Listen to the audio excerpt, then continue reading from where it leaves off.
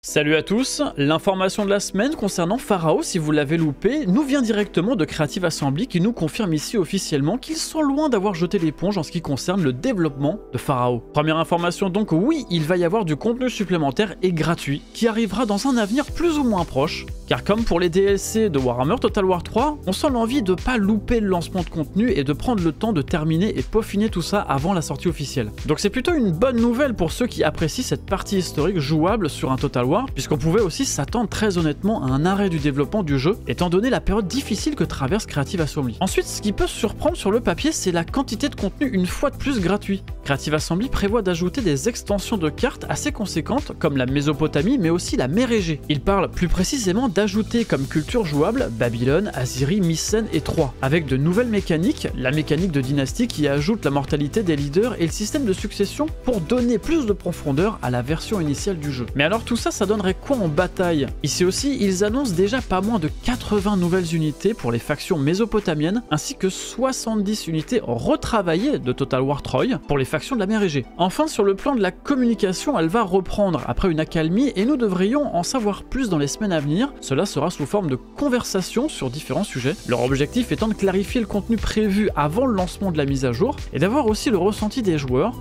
pour faire des réajustements éventuels. Après donc une baisse du prix du jeu, avec remboursement des joueurs, puis un premier FLC ajoutant Iolaos et Aliaté, voici arrivée très probablement la plus grosse mise à jour du jeu, toujours gratuitement. Est-ce que cela permettra à Pharao d'avoir un second souffle et de trouver réellement son public?